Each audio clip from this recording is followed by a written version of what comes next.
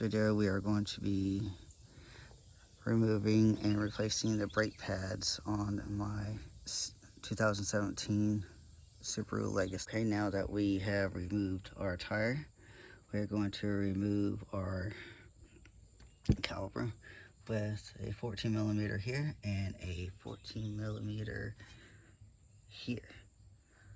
And don't forget to unplug our emergency e-brake. So let's do it.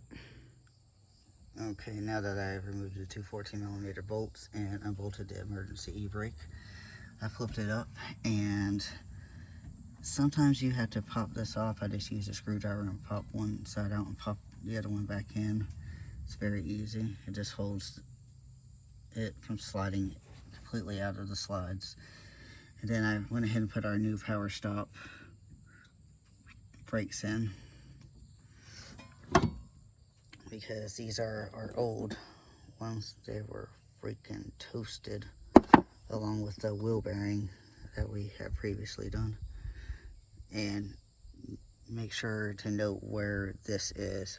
It goes in to the inside of the caliper. And then the one that does not have the little retaining clip goes on the outside. Now let's slide this caliper back on. Alright, now that we got the brake pads on and the caliper back on the rotor, we tightened up the 14 millimeter bolt right there and torqued it down.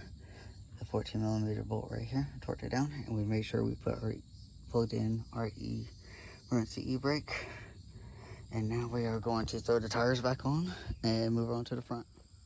Alright, now we're on the front side, taking the brake pads on the front.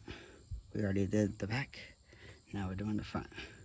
Oh, I'm putting the stock wheels back on. Alright, now that we got the wheel off, we're going to take the caliper off. We're going to remove this bolt and the corresponding bolt down here. And remove the calipers and slide the brake pads out and put new pads in. Alright, now I put the new brake pads in and put them back in. And these are the old ones. The fronts weren't too bad. They weren't as bad as the back ones was. But when you put them in, make sure this one, this is actually the pads for the other side.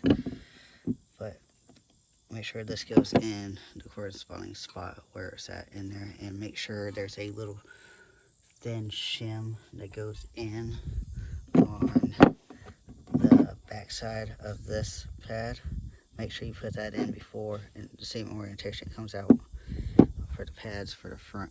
Now we just gotta throw the tire on and we're all set. Hope this helps. Like, comment, subscribe for more content.